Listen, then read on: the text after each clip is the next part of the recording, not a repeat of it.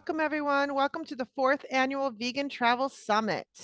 I'm super excited today to talk about Vegantastic Mexico. Thank you all for joining us. First, I'd like to thank our sponsors. As you saw in the video, there's a few people that we would like to say thank you because without them, we would not be able to do this summit. The vegan okay, I'm sorry. The Korea Tourism Organization is our platinum level sponsor, and Tara River Cruises in India is a gold level sponsor. We also have a few, I want to tell everybody that they can ask questions in our chat on the side. You can ask questions of me or of Danny and Pavlina, which are here with me today. Also the replays. The replays you can watch for free until the end of the summit, or you can purchase a 3-month pass to see the replays for $9.99. We have them on special. You can just go into your panel where you where it says purchase tickets, and you can pay with a credit card, PayPal, or debit card. If you have any questions, you can email us and we can help you do that.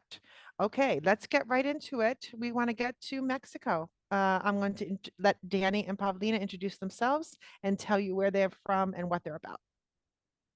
Well, hi, Gretchen. Hi, everybody. Thank you so much for having us today. Well, my name is Daniel, as Gretchen told you guys.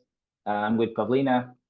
We just recently started our company a little bit over a year ago. I'm a tour guide. I've been in the tourism industry for over a little bit more 12 years. The reason why we decided to create Yucango is just to offer the best of Mexico, and but in the way that it's not the normal tourism, as people think of Mexico and it's just Cancun or Cozumel. We try to show the off the beaten path places that you can definitely enjoy in Mexico, and so when you go back home, you can have really good memories and an authentic 100% authentic experience. On the chat box, you can see our website, our social media, so feel free to follow us. I think you will have a good glance of what you can expect from Mexico. Pavlina, do you want to say hi too? Hi, yeah, I'm sorry. Yeah. Pavlina, where are you from? Oh, I'm from Czech Republic. I moved to Mexico around 3 years ago, and I'm really excited about it. I love this country, and even if my profession is completely different, I am really excited about tourism and about this whole project. Yes, yes. I'm glad that we met. I don't know if everybody knows, but the Vegan Travel Club did a tour this December with Danny and Pavlina, and it was fantastic, and we loved it. And that's one of the reasons why they're coming in to share with us some of the best, some really good things that they do. So let's get right into it. Mexico is a big country. Which parts of Mexico would you recommend visiting? Well, yes, as you said, Mexico has a lot of things to see. Mexico is a very large country. So from north to south, from coast to coast, you have different types of things. So for instance, if you would like landscaping, you can go to the north to the Copper Canyon in Chihuahua. That's a really nice place to see. And you can actually take a train, El Chepe, that's the name of the train. You can take it from Chihuahua to Sinaloa. And it's a really nice experience. And people don't know this, but we do have snow in Mexico. Chihuahua is one of the places where you can see like a really amazing landscaping for that. If you go to the Pacific, you can have Acapulco, and you can have Oaxaca. Oaxaca with its colorful markets, the rich traditions, and definitely amazing food. Over there, you can have one of the best experience towards food, and not only normal food, but also talking about Vegantastic Mexico, you can have a lot of vegan options over there. Mole being the main one for me. It's a really nice dish that you can enjoy, and you can actually mix it up with different types of ingredients, making it really pleasant. Yeah, I really did. We went to Mexico City this year, but that was the first time I've ever actually stopped and visited Mexico City. And it was very nice and very different than what I was expecting. Yeah. So would you recommend Mexico City, and how many days are sufficient in the biggest city in the world? Because it was huge. What's the population of Mexico City? Whoa, I lost count. When they hit 20 million, I lost count. So yeah. Yes, It's I'm from Mexico City originally, and I could say to you that maybe 2 to 3, sorry, like 3 to 4 days would be a really good amount of time to get a good grasp of what Mexico City is. Definitely, it's one of the most cosmopolitan orbs that you can find in the world. In my personal opinion, I think anybody that goes there will see this.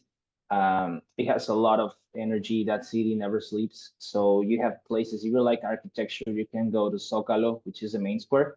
You have the cathedral over there, which it's a gem, an architectural gem.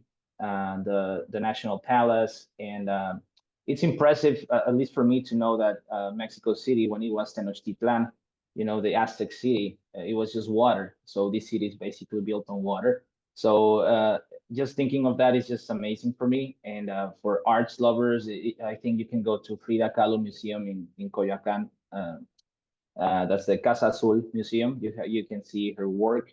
It's a really immersive trip. Xochimilco is a must. Xochimilco is, we have these little trajineras. You can think of it as a gondola. It's a really nice experience where you go through the water bodies that we have in Mexico City, and see if you're familiar with the Dolls Island. They have little dolls on an island. They're like the guardians for that island. So it's a very unique city, and it's definitely a place to see. We have Chapultepec Park, which is like Central Park in New York. Is the just to put it into perspective, it's like the same. It's people might think that we don't have no green areas in Mexico City, but we do, and that's one of them. And well, of course, Teotihuacan. Teotihuacan, it's one of the Aztec sites that you can still see to this day. And that's definitely something that I would really recommend. So going back to the beginning, it's 3 to 4 days might be a really good amount of time. And the altitude too. Isn't Mexico? It's like high. It's not. It's most cities you think of being at zero sea Yeah. level, but Mexico's not. I didn't know. I didn't realize that, but it's Yeah, it's really high up. absolutely. Me being from there, when I moved to Merida a while ago, and anytime I go back, I go maybe 2 stories up, and I need to catch my breath because it's Yeah, it's really, I don't know yeah, in because feet, but it's over 2,500 feet, if I'm not wrong. 2,500 meters, sorry, over yeah, the sea level. So it's really, really high. yeah. It's high. That's like 7,500 square, 7,500 feet. It's Oh, high. there you It's go. high. Yeah, it's It's high. really high. Okay. Okay, so many resources inform about safety issues. It's a big question. How safe is Mexico? And, is it a problem? Can you elaborate on it? Is it a problem? Absolutely. So, well, Paulina here prepared this amazing meme. This Mhm. is what people might think about Mexico. And yes, I'm not gonna say no. We have no issues. Of course, we do have issues like safety issues, but we have many places where you can still enjoy a lot of things that we have to offer. And we're actually doing. The authorities are doing a good job to protect tourism from this negative uh, experiences. So we have different places to go. If you go to the north, you can go to Monterrey, and it might sound scary, but Monterrey is actually one of the most technological cities to visit. We have Guadalajara. It's also pretty safe if you go for tourism purposes. As I said, Oaxaca, and people might not know this, but Yucatan is the safest state in the country. And Mérida, the capital of Yucatan, it's the second safest city to live in the whole American continent, right after Quebec City, according to some studies that they ran in 2019. So it's pretty safe. And here we even have a tourism police that they just uh, they're right there just for tourism. So I think this tells something about how we. I mean, because this is an economy sector that we take care about a lot. So yes, of course, my advice would be just travel responsibly, and not only Mexico, but anywhere in the world, and just take the advices that your tour guide or your local people tell you. And Mexico is definitely something that has it. We were very welcoming people, and and safety. In my experience over all these years, everything is going smoothly, you know. Yeah, I mean, I've been coming to Mexico for 20 years, and literally on my last trip, which I never told my husband about this, I left my purse on the Oh, floor. Yeah, I left my purse on the floor, like an hour and a half from where my hotel was, and I got it back the next day. One of the drivers that were taking us around brought my whole purse back. Everything was in it, and everybody was lovely. They were super lovely getting it back, and I had tons of stuff in there. I mean, it was like everything, and I got it back the next day with no problem. So I have to say that yeah, I've been going there for 20 years, and I've only found that I find it very, very safe. yeah, Okay, yeah, I agree. so now let's get to the question, Danny and Pavlina, that everybody wants to know. It's all about Yes, food for us. It's all about I food. know. Okay, so I find Mexico to be very diverse in its food. Like everywhere that you go, it's totally different. But, you know, a lot of things are based, the concept is a lot of things are based on meat. So how can we have a really vegan experience? And is it possible to enjoy some traditional dishes in a vegan version? Absolutely. Yes. As you said, Mexico, anytime somebody comes here that is vegan or vegetarian, they're scared because they feel like they will find nothing but salads and fries. No, of course not. We have a rich amount of food that are vegan friendly. For instance, we were talking about the mole in Oaxaca. Mole, some kinds of mole, they have over 100 ingredients, and none of them is it's animal, origin. So all is plant based.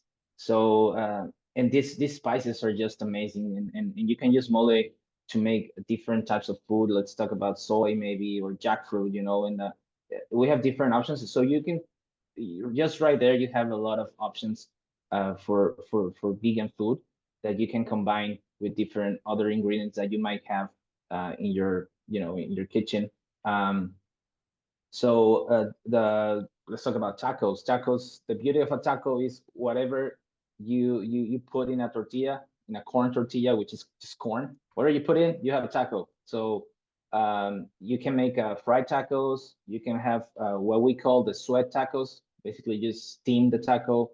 Yeah. We have you can grill something, put it in your taco. So it's definitely a lot of variety that you can have in Mexico. And lately in Mexico, we have a lot of people turning vegetarian or vegan, not only for, well, some of them for health purposes, because Mexico has a large amount of obesity. That's a true. And being vegan will help you out to have a healthier life.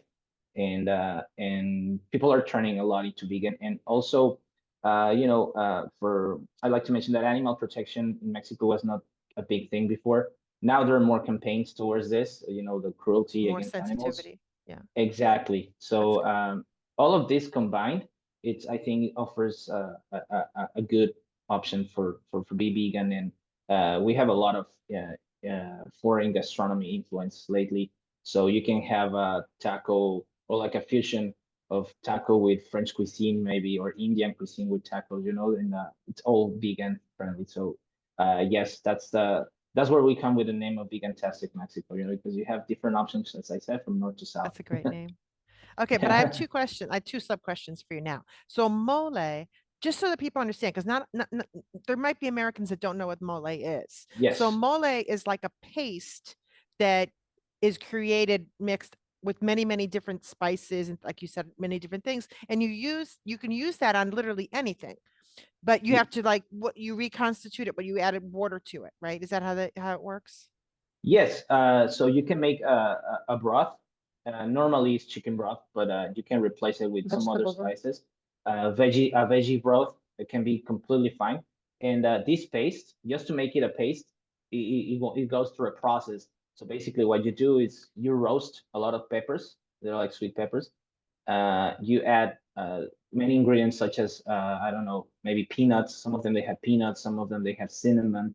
So they even have like sugar cane Hmm. and salt, of course, pepper. And we have this thing molcajete. You know it, like Yeah, when you smash it's like a mortar. So it's yeah. it's really It's nice. and Yeah, it's that's how called you make the paste. a pestle and mortar. That's what it's called. In English, Exactly. it's pestle and mortar. Yeah. There you go. So over there, they grind all of these ingredients, and that's how they create a paste. And the last touch, you just add some chocolate to it, and then that's when after that, that's when you mix it with the with your broth to emulsify everything with the protein or whatever you want to Right, whatever put you want to in. put over it. And they last a really long time. So you can buy these Yes, pastes in like a brick, because all over Mexico, you'll see them in different forms, but you can either buy them in a loose bag or buy them in a prepackaged brick. And then they last for what, like 6 months, right? They last a long time, yes. non-refrigerated. Exactly. So Paulina here has a question from Joyce, Okay. saying that is it possible to go further with vegan options in Mexico, with including also oil-free, salt-free, sugar-free, gluten-free, and organically grown ingredients? Absolutely. Of course, I'm not gonna lie, the options won't be as much as if you do the normal vegan thing, but definitely there are many places here that offer that option. Just here in Mexico. In Merida, actually, we went that night to the restaurant. Mhm. They had some of these options over there. So yes, you just need to find the right spot to do so, and make sure that there's a place where they understand all these needs. But yes, we definitely have options for that. Yeah, gluten free is pretty easy. The oil free is a little more because Exactly, it depends on what you mean by oil free. Like if you're excluding nuts with your oil, are you just saying added oil, or you're excluding also oil products like avocados or nuts? Then it can be a little more complicated. So exactly, it's based on what you have to get more into a little bit of details before you can really hammer out that exactly. question. But it is, I mean, it's possible. Just like if it's possible in the U.S., it's possible everywhere, really. Yeah. Okay, so let's get back on track again. All right. Um, your company focuses on the southeast of Mexico. What is, in your opinion, the main reason why people choose the Yucatan as a vacation destination? Well, the first reason I think it's linked to one of the previous questions. I think it's safety. Mhm. That's the main reason why people choose it. You can freely walk here at night, nothing will happen to you, and you have everything like close by. Um, and well, many people they fly into Cancun from different parts of the world because that's one of our major hubs. But of course, there's more, and people decide to come here because Yucatan offers different type of tourism for different type of people. You know, so let's say you're more like nature oriented, you go to some nature, some ecotourism, you know. But we have a lot of rich history, a lot of heritage, not only from the Mayans, but but from the colonial times.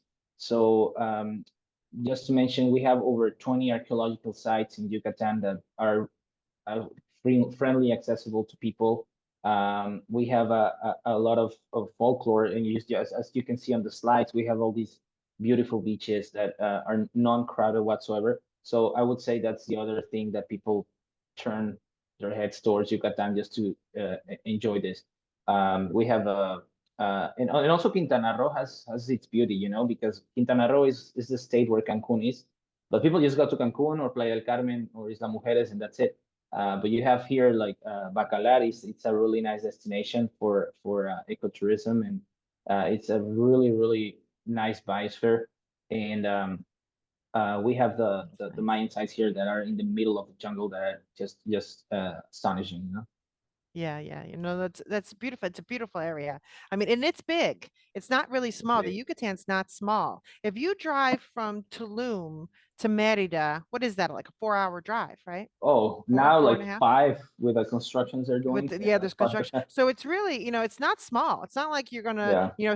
you're gonna drive around in a little circle around all of Yucatan in a day. You can't do it. You need a good week in the Yucatan, I'd say for sure. Yeah, Absolutely. but I just want to mention that like it is big, but it is very well connected, and that's also like one of the reasons why people really like to travel here. Because if you, let's say, only have 10 days in Mexico, you can do a lot of things in Yucatan in 10 days because the Yeah. infrastructure is really good. You know, the buses are really good.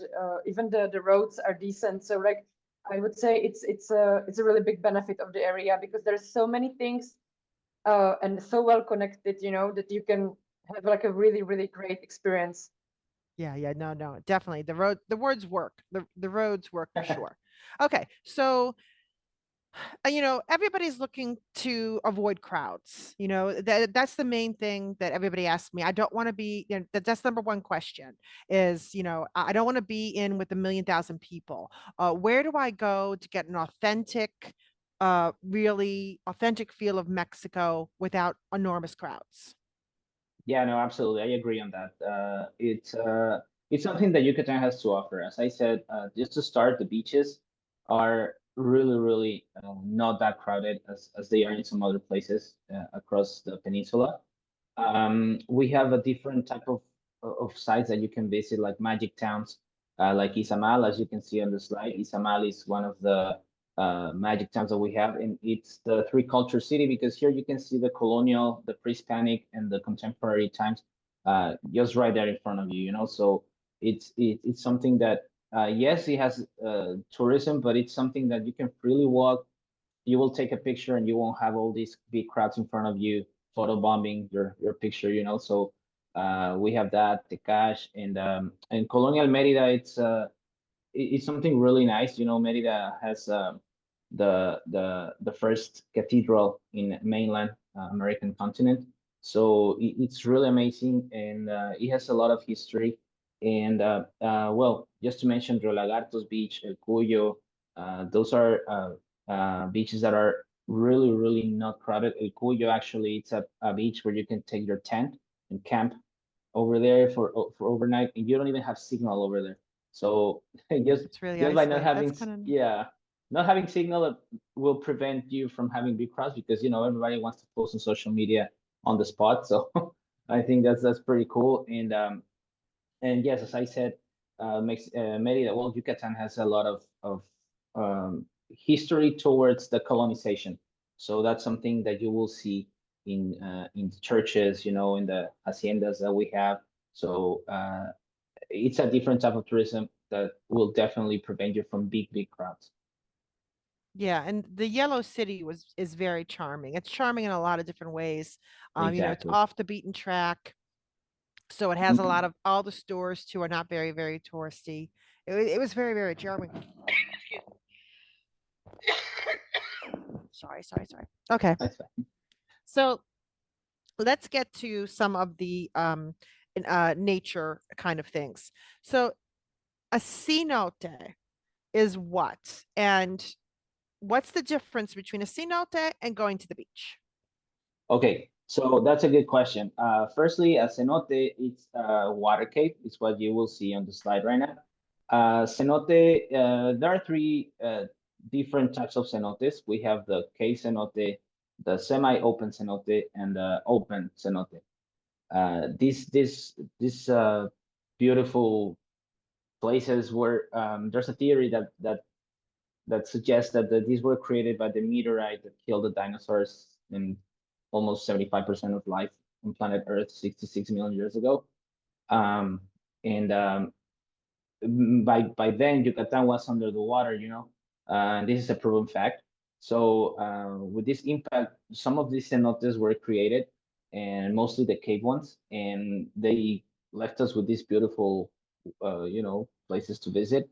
And it's really amazing because the water that the cenotes have, it's water that comes from the rain, and it's been there for thousands of years. So when you're swimming in one of these cenotes, it's water that it's been there for like even before our existence, and the difference between the cenotes that we have in Quintana Roo and Yucatan is that the Quintana Roo ones are the ones that are mostly open, and Yucatan is mostly what you see on the slide, which is these cave cenotes, and you can see these beautiful stalactites and stalagmites. It's a nice experience to swim in one of these things. And from the Mayan perspective, a cenote, the word cenote, it's basically a sinkhole, but the word cenote comes from the Mayan word zonot, that spells Dzonot. Um, and that means a deep hole, deep dark hole. That's what it means. So for the Mayans, where were sacred. These places, they use them as the entrance to the Xibalbá. Xibalbá is the afterlife, and in some other type of cenotes, they used to perform wedding ceremonies, like Mayan wedding ceremonies. And it's important to mention that these cenotes were empty by the time, some of them, not all of them, but many of them were empty by the time the Mayans were here. So that's why they use them as a burial site. And to this day, you can still find some of these burials, some these offerings, some Mayan jewelry, and it's pretty cool to swim in one of these things, as I said. So answering the question, which one should I suggest people, or which one I prefer? That's tough, I think that depends on what you want to do. Definitely, if you want to swim and just swim, that's it. I would definitely go to cenote because it's refreshing. These are deep, and it's a really nice experience. If you're into scuba diving, definitely cenote is your place to go. Now, if you just want to chill out and have a cold beer maybe, or some really nice food, enjoying the atmosphere, etc., then definitely go to the beach. But why not do one on one day, the other one on the next day? I'm with you. I'm with you.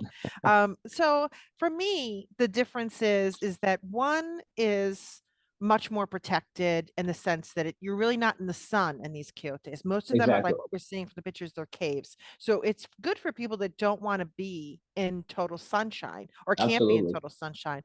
A cenote is the way to go. Now, that said, these cenotes are a little bit smaller. So, instead of being in the big ocean or on a big beach, you don't want you don't want to go to the ones, the most popular touristy ones. There's like over 3,000 in Yucatan, right? Am I right about that? Something Yes, like in the whole peninsula, we have around 8,000 cenotes, 8,000. Okay. and in just Yucatan state is we have approximately 3,000 cenotes. Yeah. And So mhm, some are more rugged than others. Like some of them yeah, have beautiful paths that go down. They have like facilities, gifts things, bathrooms, and then some of them are like more like nature. But yeah, you can pick which one you want to go into. But if you want to be out of the sun, they're great to be in, and they're so interesting. You could just see from the pictures, it's just an interesting place to hang out. exactly. And well, it's safe to say that on Quintana Roo, it's really unlikely that you will find a close cenote. Mm. It's mostly open. In Yucatan, definitely yes. It's what you mentioned. You can just enjoy it and not have a sunburn. Yeah, yeah, Definitely. yeah. They're very beautiful. I mean, I really enjoyed it. We Yeah. went to like, I don't know, six. We went to six together, didn't we? I think we would every day. I think we hit one, Uh, yeah, more or I think less. We hit so. a lot. Some Kind days we of. hit two. So yeah, no, they were Yeah. very enjoyable, very enjoyable. I like the It's really beach great too. as you said, like there are options like from very popular and built up cenotes, and until you can actually go to somebody's house and actually just enter it on a good word, or like there's so many different cenotes, like from these super popular ones until somebody's basement, basically, so Yeah, yeah, yeah. Now I have to ask you a question, guys. I don't remember. Are they saltwater? They cenotes? No, No, they're freshwater. they're freshwater. Water. Okay, so Yeah. that's also a plus too. Some people like the freshwater over the saltwater too. Yeah. Okay, Yeah, that's yeah, also they're, another they're thing. they're different, but they're both very good choices. They're both very, very good Exactly. choices. The other thing about the cenote too that I like is there's no sand. I know that people love the sand, but the sand Oh yeah. sometimes is an issue. I mean, some people, I mean, I've been to pebble beaches and sand beaches, and most of the beaches in Mexico are sand beaches, which are Hmm. great, but the sand after a while, it's like snow. You don't like it after a while. It's good like I know. that first part of the I'm with season. you. After a while, it gets to be a pain in the neck. Okay. Let's see what else we want to talk about. Okay, so we talked about food, we talked about the beaches, the water, and everything else.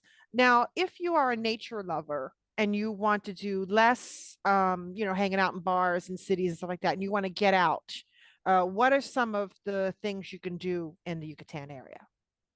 Okay, so yes, like mentioned before, we have a large amount of biosphere here in the Yucatan. And now that I say the Yucatan, it's important to tell the difference again. To point out that the Yucatan is that triangle you have in the center of the Yucatan Peninsula. That's the Yucatecan part where you have the most of the biosphere that you can experience, like you're seeing on the slides. And Yes, the most famous ones we have here is Rio Lagartos and Celestún. So Celestún is a biosphere that it's home for over 350 bird species. You can, if you're a bird observer, this is definitely the place to go. Of course, the star of the show is a flamingo, but you can see like like literally a lot of species. I'm talking about spoonbills, kingfishers, white-tailed hawks. In this time of the year, we have Canadian pelicans. You can see herons, storks, you name it. And also you can see crocodiles. Some people might be scared about them, but it's actually pretty amazing to see them on the in its nature.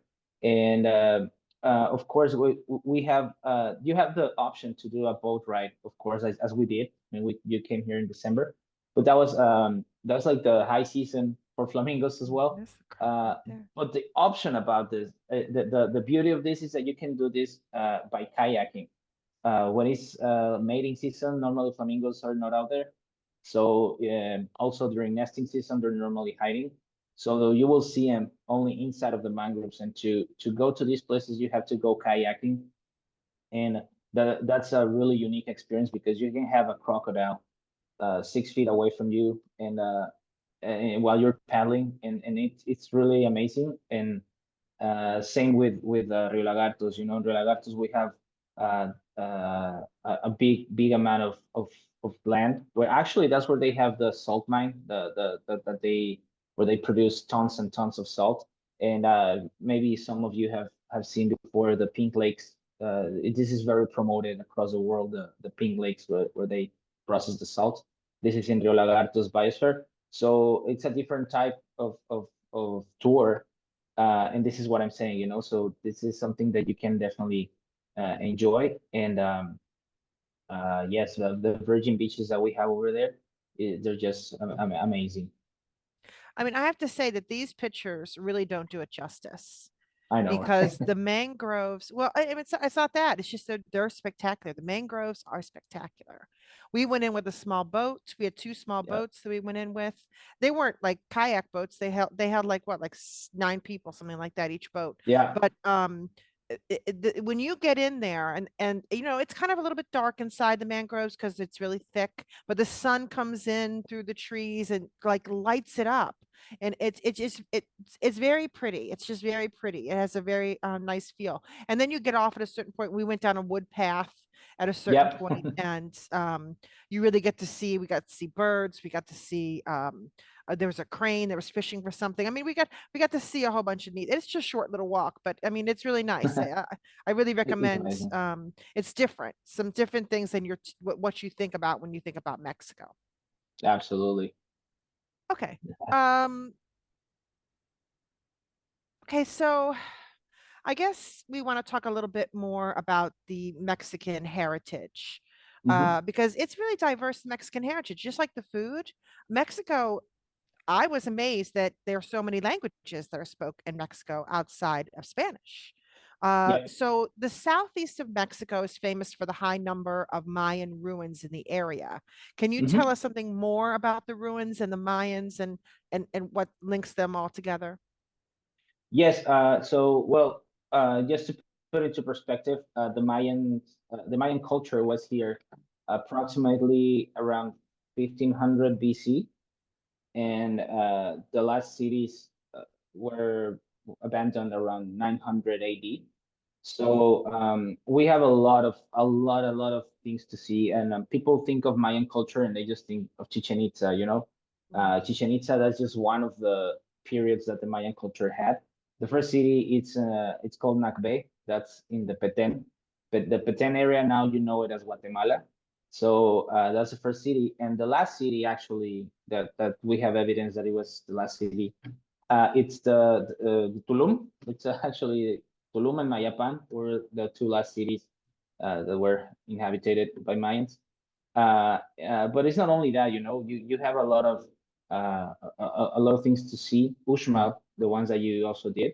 In Mhm. Uxmal, it's the only place in Yucatan where we had hills. We have hills, and that's we call it the Puc route because Puc in Mayan means mountain. So we have Uxmal, Labna, Sayil, Ushkintok, and um, and, and and that's something that you can do in one day if you wake up early.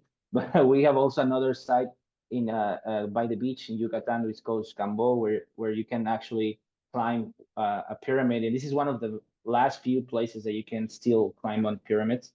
So and as I was saying before, I think the beauty about the sites in Yucatan it's that they're in the middle of the jungle, as you can tell. I'm not saying that Teotihuacan is it's ugly or no, it has its own beauty, but these are unique because you can be walking around, and if you're lucky enough, you might spot some spider monkeys or some anteaters. Iguanas, they're all over the place. So that's something really nice to see. And like just to see like Tulum, it's the site, the Mayan site right there by the ocean, so you can see the Mayan side, and after that you can just Go uh for a swim. go for a swim. Exactly. No, um no, but this where Ishmael is right outside of Merida, um, they're now rebuilding it, right? We they saw some open of a new that site. on, yeah. So Yeah, how is that there. working? They found new sites within the site, and now because they're ruins, they were just totally knocked down, but they have the rocks. Yeah, And from the information that they know, they're actually rebuilding the site. yeah, they're always been there, but they just didn't have the budget to fix one of these things, and or the human power to do so. Pandemic really stopped also the all this process of refurbishing the site. But yes, basically in Yucatan, because it's super flat, where you see as a hill, it's very likely that there will be a Mayan temple over there. So that's what happened with Uxmal. They discovered this because Uxmal is a large city, so that's what happened. And yeah. Oh, I think we have a question from Joyce. Oh, we do. Yeah, she says, how has global warming and water pollution affected temperatures, weather, seawater, and beach cleanliness in Yucatan, Quintana Roo, and other areas of Mexico? This is a very good question. Well, yes, it definitely has impacted. Actually, if you would have come 20 years ago to a beach in Yucatan, you wouldn't find any seaweed by the shore during June, July, August. This normally happens around this time actually, because all these cold fronts that we have that basically kills the you know the seaweed and brings it to the shore. Uh, because of the global warming, the water temperature during this month, it's really high for this to survive. So if you go to places like Playa del Carmen or Cozumel, you will have a large amount of seaweed. And yes, it has definitely affected. We're trying to do things that to prevent this from bothering the people visiting us. We have different companies that are taking care of the seaweed, and they're making shoes with it. Some of them they're making notebooks. Some of them they're making construction bricks out of seaweed. So also, and I know she said Joyce mentioned about the water pollution and global warming also is affecting the site a little bit because it's hotter than it used to be before.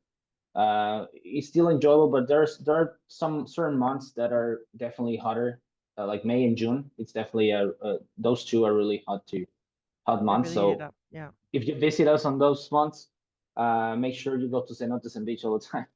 Yeah, yeah, Yeah, but I was very surprised with the weather. We don't talk about the weather just for a second. I was very yeah. surprised with the weather because this is, like I mentioned, the first time I went to Mexico City and stayed, not just flying through. And I mean, the Mexicans, they were crazy. They were in like winter coats and stuff, parkas they were wearing. I was still wearing short sleeves. You really I only know. needed like at night, you needed like a little, either a long sleeve shirt or like just even a light cotton sweater would have been fine. I was wearing Yeah. short sleeves the whole time and I was fine. I was a little chilly at night, but I was surprised that it wasn't 100 degrees like it usually is every single time I go to Mexico. But I did want to ask you something because a lot of people don't know very much about history, which is the majority of us, feel that the Mayans went extinct, but they did not. You still speak Mayan is a language that's still spoken in Mexico. Is that true? Yeah. Yeah, So Maloquín, there that's are mine. Mayans. Yeah, Mayans are still continued. They just weren't Yeah, living the same way they were before. The population was less, but they continued to live on even to today. yep, yep, absolutely. Today, to this day, there are certain villages that people are still, their first language is Mayan. Mm. So when they see you, they're speaking Mayan to you, and it's not that they're trying to, uh, I don't know, to mock about you. Like you might think that they're talking about you. It's just that's the language they know, Yeah. and it's really cool that because you can still see this. It's getting lost a little bit with all these new technologies. The kids they don't wanna learn the Mayan from their parents because the Mayan is not taught in schools as we are taught English or Spanish or other language. Mayan is taught by like I tell Paulina how to speak Mayan and then she Yeah. learns it and that's how it goes. Yeah. But Generation to now generation. Yeah. yeah, but now there are programs to involve people into this, and actually, you don't need to be Yucatecan to learn Mayan. I myself am from Mexico City, and I don't speak. I'm not a fluent Mayan speaker, but if somebody is talking about me, I will know. It's That's all something you that need is to know, really, in the end. exactly. Who's talking about you? Yeah. Okay, so we're getting down to our last couple of questions. Yes. So I guess we want to kind of sum up a little bit of the Yucatan, and we talked about the Mayans. What other heritage can we find in Yucatan? And can you explain a little bit more about the culture? Yes, absolutely. So I was a little bit you know, I didn't know which one I would pick because we have a lot of heritage, but I chose this because what we'll see on the slides right now, it's one of the Mayan heritage that we have to this day, and that people are still doing it. People are still working this, and I'm talking about the Enequén, not Heineken, Enequén, Enequén Yeah. plant. It's if you think of the agave, the blue agave that the tequila comes from, well, this is like the cousin of the agave. Okay, in the world is known as sisal plant because this fiber used to be exported to Europe and basically everywhere in the world, and it came out of the port of Sisal or Sisal, and they put a stamp on the box that says Sisal only, so people thought that that was the name of the product, but no, it's the product name is Enequén, uh, Enequén fiber. That's spelled Henequen. And basically, the Mayans used to work this fiber. It's a plant. So from the plant, they basically rip it off and you extract the fiber as the guy is working it. It goes through different process. And what you do is you can make ropes, you can make bags, and oh, that's Paulina sitting on the fiber. Uh, and That's great. yeah, you can do many things with this. The Spaniards perfection it. So what you see on this workshop, these machines, this one for instance is from 1899. So and it's working. To this day, Yeah. these people do Anakin for living, and they're mostly doing ropes. These Anakin ropes that you can use for different purposes, decoration or even for working. And this hacienda that I'm showing right now, it's called Hacienda Aque, and it's really beautiful. I know it looks like some ruins, but the hacienda has a lot of history, and not only from the colonial time, but from the Mayan time. Because this hacienda on the backyard, as you saw in one of the pictures, it has a Mayan site that you can visit. So this is a really authentic experience because it's not staged. Sometimes you go to places where they perform what they used to do 100 years ago, but that's it. Then the next group comes and they use the same materials. Here, no, Right. what you're seeing is an actual production of the product, just as they did it 100 years ago or more. So this heritage is something that we have tangible, and I really love showing this to people. And this hacienda definitely does a good job doing this, and it's really nice that they allow people to visit them, and explore and see the the the the whole process. And this is perfect because big groups are not allowed into this place, so it's a really authentic and immersive experience, and they can even let you play with the fiber and the Oh, stuff. nice, nice. No, that's great. That's great. Now, can you explain to people what a hacienda is? Because some people may not know what that Yes, is. hacienda, you can think of it as a plantation. These haciendas had around, well, the smallest one in Yucatan, it had 8,000 hectares. So A that's the lot. smallest one. So these haciendas, they used to have a lot of Mayan workers that processed the henequen, and they had a lot of animals carrying the, the products and stuff.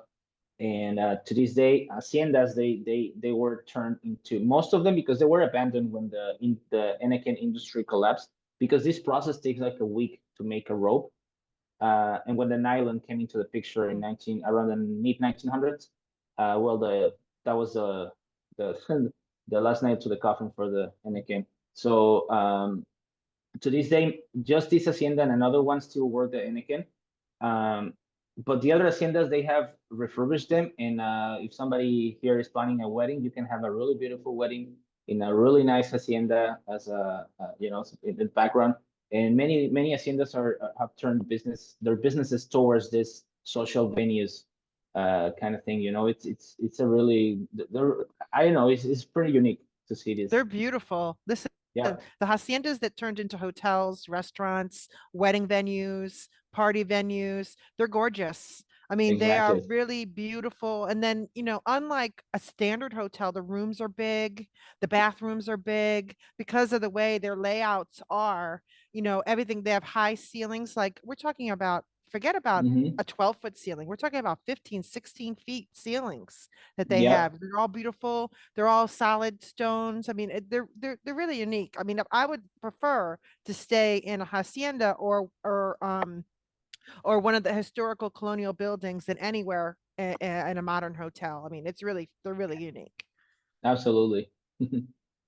Okay, so now we have to get back to food again. I know we have to talk about it because it really is the main reason why we I get know, I out. know.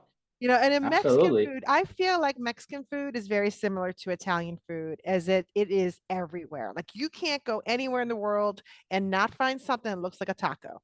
I mean, it is just like you can find a pizza anywhere in the world, you can find a taco anywhere in the world. So Yeah. I guess we're going to spend our last little bit of time and our last couple questions just talking about food, Danny, just talking about food. Yes. Absolutely.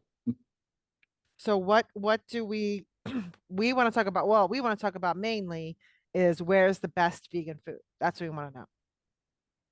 Okay. Well, as you could tell, I think the Yucatan has a really nice offer for vegan people, for vegan audience. It's just as Mexico, Yucatan uses a lot of meat, mostly pork and turkey. But what people don't know is that Yucatecan food has approximately 200 recognized dishes that you can find on any cooking book. And many of them, they come from ancestral times. So it's definitely possible to be vegan in the Yucatan and still have the authentic flavors of the food here. What you see on the slide, these are two of the most famous dishes that you can find. One of them is a snack, like a dip, and the other one it's a main dish. So I'm gonna just to start talking about this, the sikil pack, that means Mhm. basically smashed seed, because this is made out of you actually, Gretchen, you and your wonderful group had the chance to We made it. Yeah, make we made this. your This own. was good. Yeah, it So came out basically great. just, yeah, you basically just smash the tomato, you make like a puree, and then while you're doing that, you already have your grinded pumpkin seed mixed with Yeah. some other spices like salt and pepper, and then you add it to the tomato puree. You start to mix it up. You add salt, pepper, and if you are Hot. adventurous enough, you can You can add the make it spicy habanero, if you want. Yeah. and a little bit of coriander, and there you go. You have your sikil pack. It's super easy to make.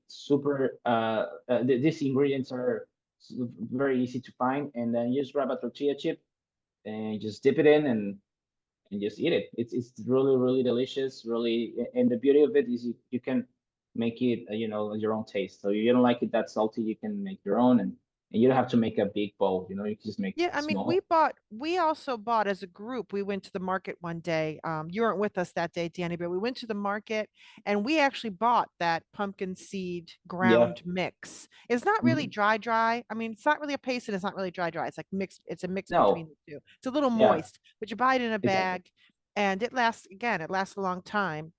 And it's Exactly. really easy. It's such an easy recipe to make. And I think that it's like, I think you guys too, I learned that you have a lot of things that are like guacamole, but not made with avocados. Like you have all these dips you guys make out of different Yeah. seeds and nuts and all these other ingredients. That was new to me because I never had those Yeah. foods before. Yep. And very interesting. And they were all vegan. All of those things were vegan. Absolutely. One of it that you have here is the other one, the papadzules. The normal dish, it's made out um, of hard boiled. Just think of it as a hard boiled egg taco. That's what it Hmm. is. But they have their vegan version, and people think that this is new. But I was doing some research, and then it's not, because the Mayans, they not only, this is also very ancestral, the papadzules, by the way. They didn't have eggs all the time, of course, you know. So what they do, we have a local pumpkin. So it looks like the Halloween pumpkin, but really small and green. Yeah. And they used to stuff this with a pumpkin also. And the green sauce that you see on top is the pumpkin seed, again, like grounded Yeah, it pumpkin was seed. delicious. We had this Yes, too there, and it was fantastic because it's really like a squash. I mean, it's not a pumpkin in the sense of Americans think of of an orange exactly, pumpkin. It's not that thick of a it's more like the exactly. lines of a squash or a zucchini, like we'll call it that, Hmm. like an Exactly, acorn squash type of thing. But it was delicious. I mean, really, absolutely. really. I think I had that a couple of times. I think it was a season at the time I was there. That was very, very good. Absolutely. And well, you might think the most famous dish, the Yucatecan dish, is the cochinita pibil. That stands for pibil, means that you are buried.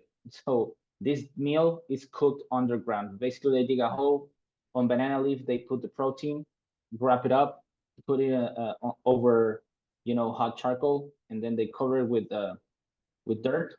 It's super hygienic. Don't worry about it. Yeah, yeah. Uh, No, well, they do that in a lot of parts of the world. We're not and scared. We're not scared. and and then the next morning you just open it up, and it's like opening a gift, and all the flavors and smells Yeah, that's come great. out. But the important thing about this, just like the mole, the marinating on this, it's super important, because it's again, like a red paste that they make. In Yucatan they call it recado rojo. It's basically looks like a red brick. So what you do is you grab an orange, a sour orange, a Oh, type of yeah. orange that is endemic from here. You mix it up with this paste, and that's how you emulsify it. And then you mix it up with your protein, or whatever you want to cook underground. In the vegans options are mostly jackfruit, which I believe you tried, the Yes, yes. soy, and seitan. So you can do all this, and it tastes pretty amazing, because, as I said, the start of this is the marinating, not the protein. And people think it's the protein, but no, the marinating, again, just like mole, it has over 80 ingredients, this recado. So it's really nice. And then people think by the beach it's gonna all gonna be about seafood, but no, you saw it. Oh, yeah, we had great stuff. There's still something that people need to still educate some people towards veganism, because not all of them know what it is. We had an experience in Celestun, the beach, that we were asking this woman, "Can you make a vegan menu for us?" Yes, we can give them quesadilla. That has no meat. And I was like, "No, that's not what we're asking. We're vegan." So we had to, go over little details, but they came out with this wonderful menu. Do you remember the hibiscus Oh, yeah. tacos? We had They were great stuff. amazing. Yeah, we had really good stuff. It was right there on the beach. I mean, you can't get any Yeah, better. We could I feel know. the waves, moving. Very tropical. Just a few. Yeah, it was wonderful. We were in the shade, which, we like too. So, Yeah, it was the great. the the veggies that are breaded with shredded coconut, remember? Those are normally with shrimp, Yeah. but they made a version of it with this chayote Yeah. and carrot and cauliflower and the peach Yeah, sauce, all this. we had the fresh coconuts there too. We had Yeah, that's coconut water. true. We had That's coconut true. water with the option of putting rum in it. I remember that. Yeah. It's very good too. Yeah, the rum was good. Yeah. Okay, And so let's get okay. So we covered all our food, covered all our vegan food. We gave it tons of reasons why you should come visit Mexico, not just Yucatan, but why you should visit Mexico. So let's talk a little bit about the seasons and how many days we should spend. So if you're going to be doing the cultural things, right? And you, let's say, from the US, the flights to Mexico, depending on where you're flying from on the East Coast or the West Coast, are fairly short. You can probably, depending on where you are, like Arizona is probably 2-hour flights. Miami or on the East Coast, you have 3 hours or 4-hour flight if you're going up a little higher up on the East Coast. So it's fairly reasonable and the prices are fairly reasonable. The season to go if you want to do a lot of cultural things, a lot of Mayan ruins, all that kind of stuff, things you're going to be outside and walking around, November to March. You agree, Yeah. Danny, that that's the good time? It's a little bit cooler. Now, I agree. again, a lot of people don't know this, but Mexico's not hot everywhere. So like Exactly. Mexico City at night, like I said, you have to wear a long sleeve shirt. Mhm. I always get this name wrong. Yucca. What's it called? No, what's the Oaxaca. Oaxaca. I always Oaxaca. get that name. Oaxaca. That's a moderate temperature place too in the winter, and Yeah, that's great. That's a really good vegan Mecca food place to go. They have a lot of nice dishes definitely. and things to see, and they even have a beach and things like that. But if you want to be doing a lot of the water activities, and you really want to do like the more resortish kind of things, April to October is fine. You can really go to Mexico 12 months out of the year, Absolutely. which is Absolutely. very good because a lot of people have to take vacation when they have to take it. It may not fall in our winter, so that might be something that you want to do. Now, as far as days going to Mexico, I can say that if you want to do some people living in like the California side, if they want to do a quick Mexico City 3 days, 4 days, really easy Yeah, to do. Mexico City is very connected, round exactly. trip, in and out, 3, 4 days. Great. I recommend that for anybody any time of the year. But if you want to Mhm. go to the Yucatan, I think you really do need 8 days, I with think that's fair amount of days. to really see it, to really enjoy it. And that's the same for other parts and things like that. So I think you need just to niche out like 8 days to do that. And you can always add Mexico City to it, like 2 more days in Mexico City, because a lot of the flights come in and out of Mexico City. So take advantage of that. If you're gonna have Yeah. to fly in anyway, you should do it. Okay. If you want to go look at Danny and Pavlina's website, go into the chat box and look at it. We'll also be sending an email. Oh, there you go. Put it up right there too. And we'll also be sending an email out to remind you to look at Mexico for your vacation destinations in the next few years. They have a lot of day tours, so don't be afraid if you're going to Mexico for some other reason and you have a couple days that you want to meet those two, and they're great fun. So you might want to take a day tour and then hop into a bar at night and then move along. You can do that as well. You can look up their website and see what they have. They offer 1-day tours, 2-day tours, 3-day tours, or you can join our group at the Vegan Travel Club. We are going in November of 2024.